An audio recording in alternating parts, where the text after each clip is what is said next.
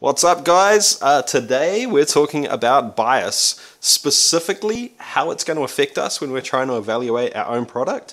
But to be honest, it applies when you're trying to evaluate just about anything. So, spoiler alert, bias can really mess you up, whether you're trying to evaluate your own product or anything else. It'll really throw your results way out. Luckily, if you kind of know what's going on with it, and you know why us as humans are so susceptible to it, you can do things to minimize it, and in most cases, pretty much rule it out. Alright guys, let's do it.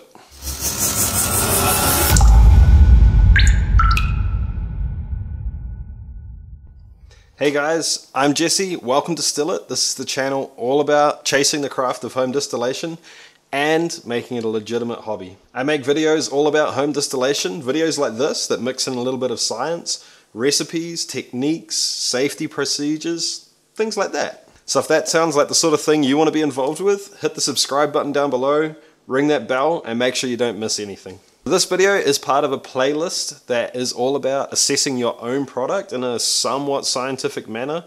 If that sounds like something you want to watch from top to bottom, when the playlist's ready, I'll be dropping a card up here somewhere. I don't know where it goes.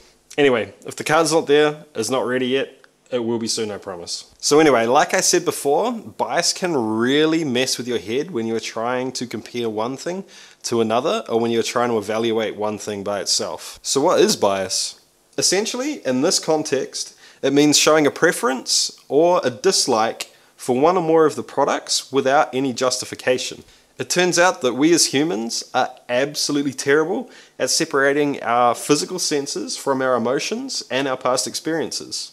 It comes in a whole lot of forms, but basically you see it on a daily basis all around you. Have you ever heard something along the lines of, "Oh, I don't like homemade blank.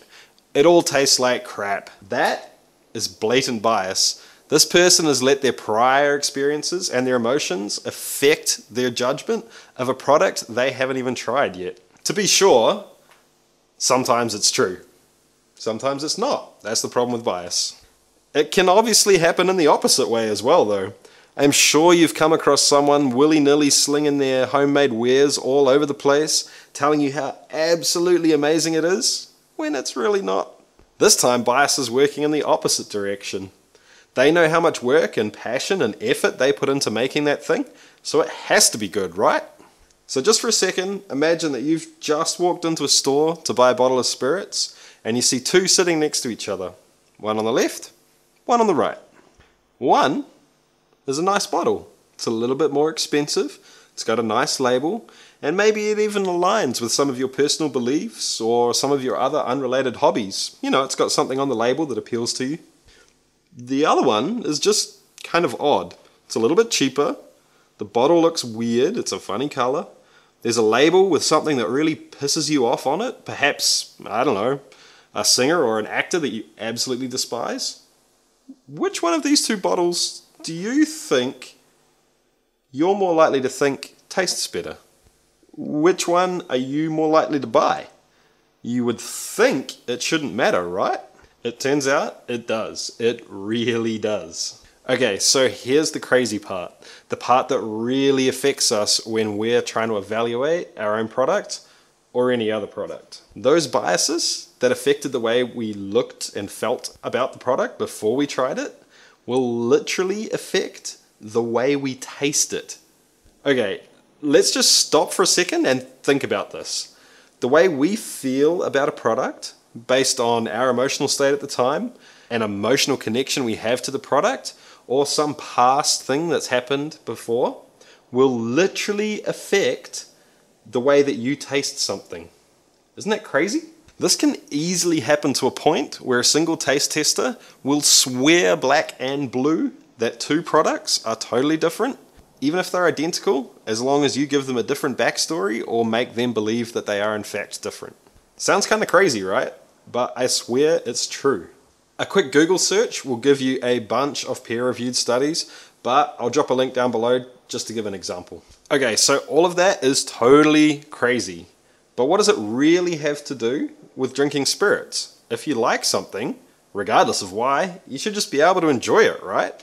If the aim of the game is just to enjoy a drink, then sure, hey, Ignorance is bliss. The problem arises when we're trying to test something or assess it, or maybe compare it to something else. What if we want to know whether it's best to make a whiskey with a what's-it or a jigger? Those are not real things. You know that, right? The placeholder names? No? Well, a what's-it's kind of, and a jigger's more...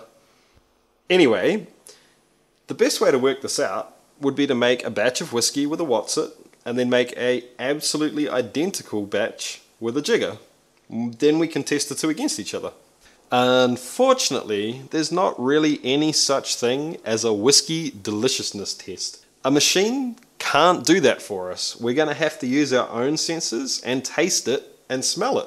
But what if I 100% absolutely positively know that the best way... Stupid fly. What the? Oh, I guess it's kind of a wasp. This thing won't die. What the fuck? It really won't die! How many times can you whack a fly? Die. It flew away. I lost. But what if I 100% absolutely positively know that the best way to make a whiskey is with a what's-it? That means I already prefer the what's-it whiskey. I think it's going to taste better. I have a bias towards it already. So that means even if the two whiskies are absolutely identical, I'm probably going to think that the what's-it one tastes better. And the absolutely crazy part is that for me, it may actually taste better. So there goes the test, right? Not quite. There's a super simple trick we can use, and it almost makes the bias disappear. It's called a blind, and you might just fall in love with it. A blind basically means that you're blind to everything except for what you're analyzing. Everything is kept secret from you unless you absolutely need to know it to carry out the test. And to be honest, you really don't need to know much at all. Even knowing what you're testing for, the variable, can lead to bias. So how do we do this? Sounds kind of tricky. Well, it's really not. We get someone else to serve the drinks and not tell us which is which. They need to do so in a manner that doesn't let you know which sample's which, what we're testing for, what processes we use to make them. Okay, wait, this is a really long list. So how about we tell you what you can know when you're evaluating a product? Here's two whiskies. Which is best? To be honest, even that is giving away too much information if you really want to eliminate bias. It's also worth noting that the way you serve the drink can elicit a bias regardless of what's in the cup. If you don't make sure all the samples are treated in exactly the same way and they look exactly the same, you can run into problems. Imagine if one was in a clean glass and one was in a dirty glass, or one was in a little shot glass and the other was in a pint glass. Perhaps one glass is a little bit fuller than the other. You get the idea, right? Okay, so now I've got two samples in front of me. I've got a what's-it whiskey and a jigger whiskey. But I don't know that, right? Shh. They look exactly identical. I can't tell them apart without tasting them or sniffing them. And they've been treated in front of me in exactly the same way. So now we must be ready to test it, right? Actually, no. There's still a way that bias can affect this test. The person serving the samples still knows what they are.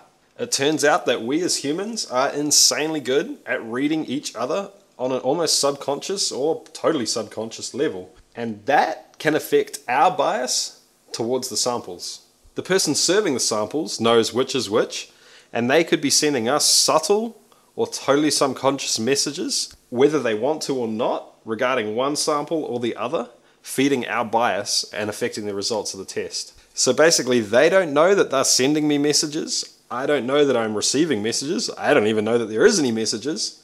And yet, they can actually affect the results of the test. Okay, so what now? Well, a blind worked well for us, right? So surely two blinds should be better? Introducing the double blind.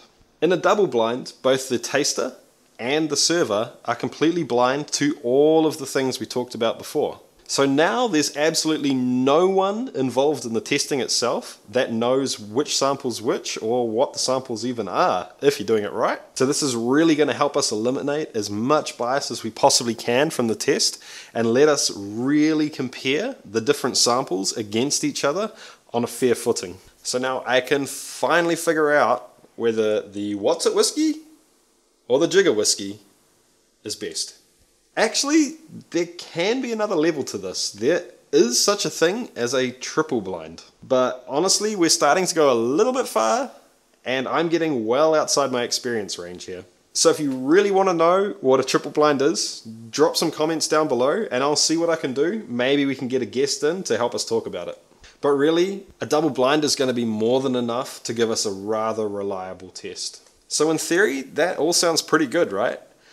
In practice, it can be a little bit difficult to put into motion, especially if there's only a few of you and you all want to participate. If you're feeling like that, don't worry, it's totally normal. It's a weird process to get your head around to start with. I'm going to be making some more videos later on that are going to help you do this with very few people and pretty much no equipment. So to recap, bias can really mess a test up by making us taste things that aren't there or making us miss things that are there. The easiest way to get rid of it is to blind ourselves and blind the people that are serving us, so no one involved in the test actually knows what we're tasting when. Thanks a bunch, guys, for watching. I really appreciate it. If you like what you saw, hit the thumbs up, hit subscribe, and share it to whoever else you think may be interested. If you don't like it, give me a thumbs down. That's cool, and I'll know that I need to do better. And let me know what you think. What's It whiskey or Jigger whiskey? What's It whiskey? That damn wasp, it might be an ant, I don't know, whatever it is, it's big, it's ugly, it looks mean, and it flies. Ever since we had that fight, it's just been sitting there inside my light, staunching me out. I've got something to deal with. See ya!